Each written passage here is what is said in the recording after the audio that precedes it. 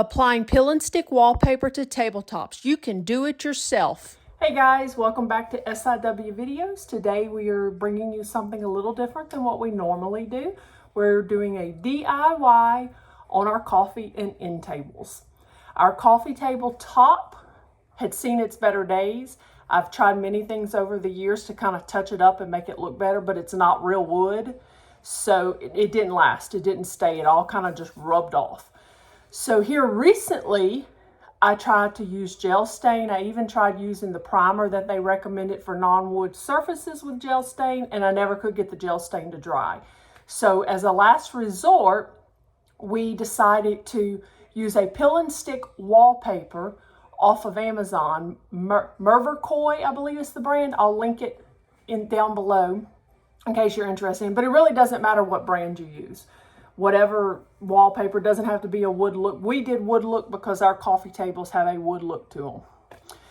The supplies that we needed for this project were rubbing alcohol and a rag is what we used to clean it and get the oil off. We also used an X-Acto knife and of course the peel and stick wallpaper of your choice.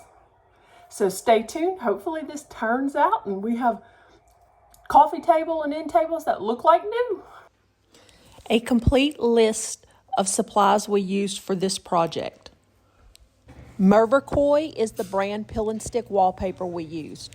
This is our X-Acto knife we also purchased on Amazon, and our putty knife. I am just taking some normal rubbing alcohol and I'm using this to get the oils and stuff off the surfaces before we lay it down. I squirt it on there and I take me a rag and I am just cleaning the tops real good in the corners especially, and along the edges to get any built up oils off. Not gonna lie, I'm sure I've used Pledge or some kind of wood cleaner on this before that it's not made for it because this is not real wood. But I'm getting all the oils off with just regular store-bought rubbing alcohol and a rag before trying to stick the wallpaper. After using the rubbing alcohol to clean it, it kind of dulls the finish on it, which is fine. That means it's not oily anymore or have any oils on it. It's just peel and stick.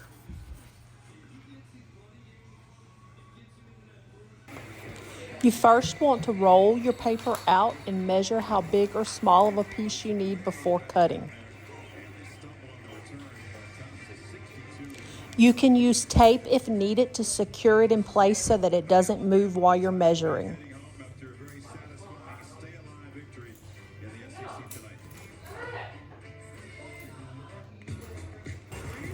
After taping, now we are rolling it out. Trim the paper to the size that you need for your project. You may want to make it a little larger so that you have extra to work with. You will come back later and trim off all of the excess.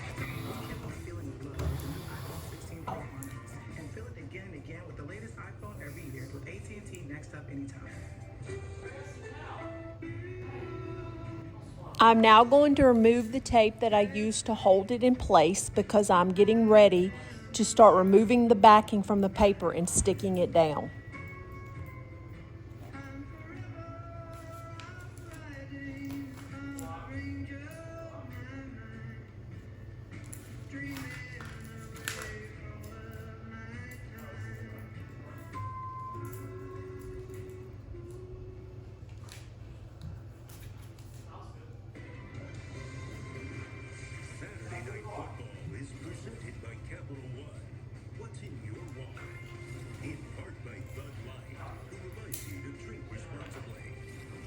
I am now going to re-secure the opposite end with a little bit of tape that gives me tension as I work from the other end to pull off the back and begin sticking it down to the top.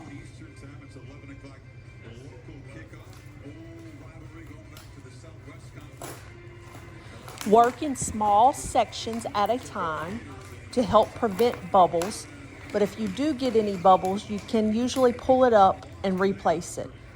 Smooth down little by little as you pull off the backing.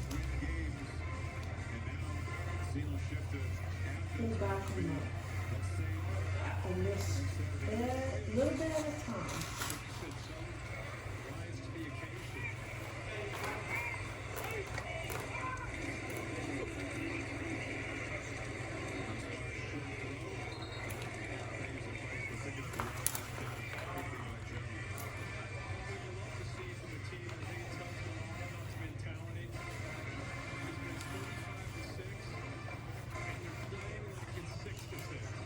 If you get a bubble that won't smooth, you should be able to lightly lift up on the paper and re-stick it to smooth it out again. As you go, you don't want to deal with the whole section being sticky at one time.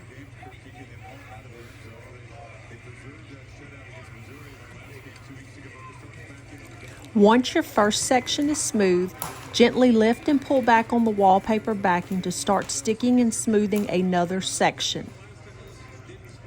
The key is to work in small sections. Do not take off too much of the backing or all of the backing at one time.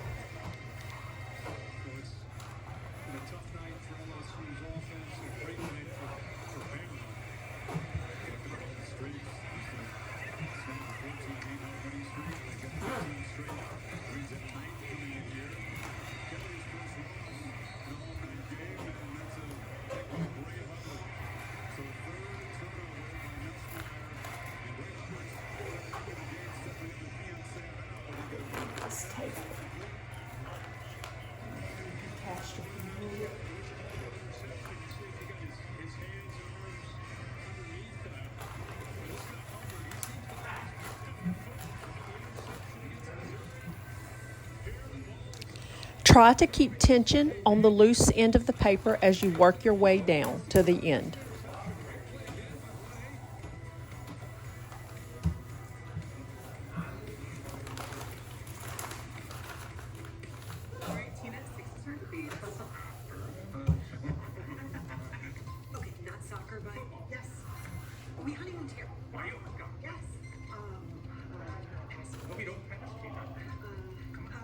They help give you more.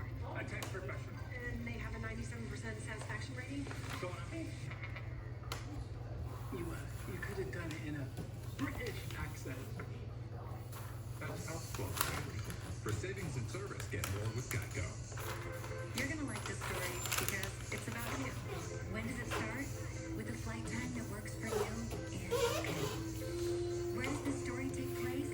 Destinations far, far, far away. Or ones you used to call home. And if you need to rewrite it, there's no fee to change your flight. Now you can use your hand or a rag to help smooth out any bubbles that you see before you trim. Smoothing out the wrinkles with the rag before trimming the edges, the excess, so that it'll sit flat on the tabletop.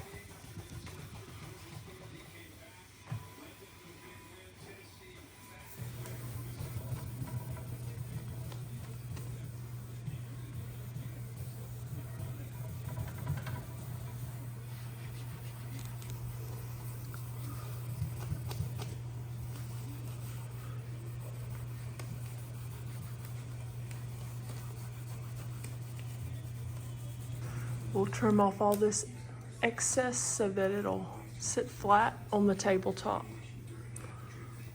We'll use our X-Acto knife for that. We'll also have to trim out these little rivets, kind of work them under there so that it'll all be smooth and flat. Let the trimming begin. Carefully trim to fit on your surface. You may find a headlamp or flashlight helpful to help you see small areas better.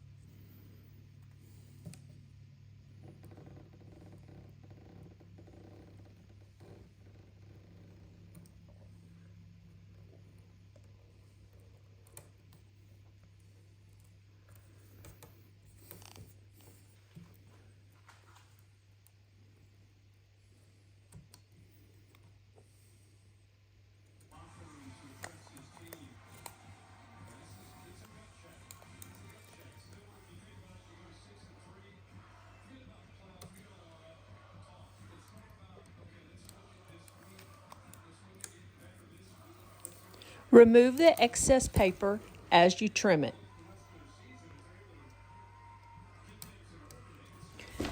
Be careful when removing. You want it to be fully detached from your paper so that you do not rip or tear the paper that needs to stay.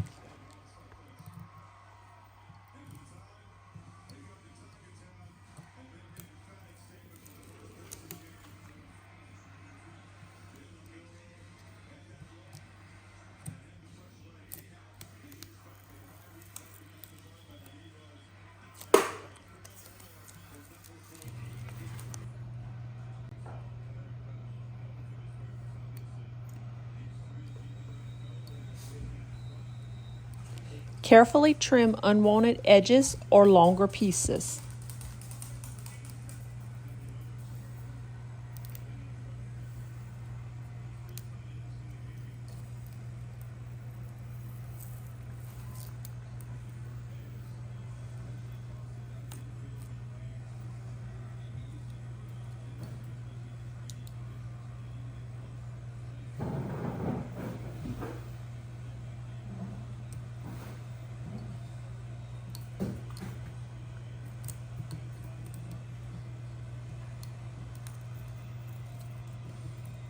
This is trimming the excess off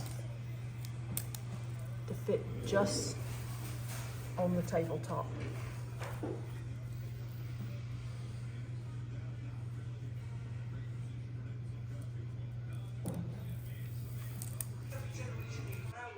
The finished products.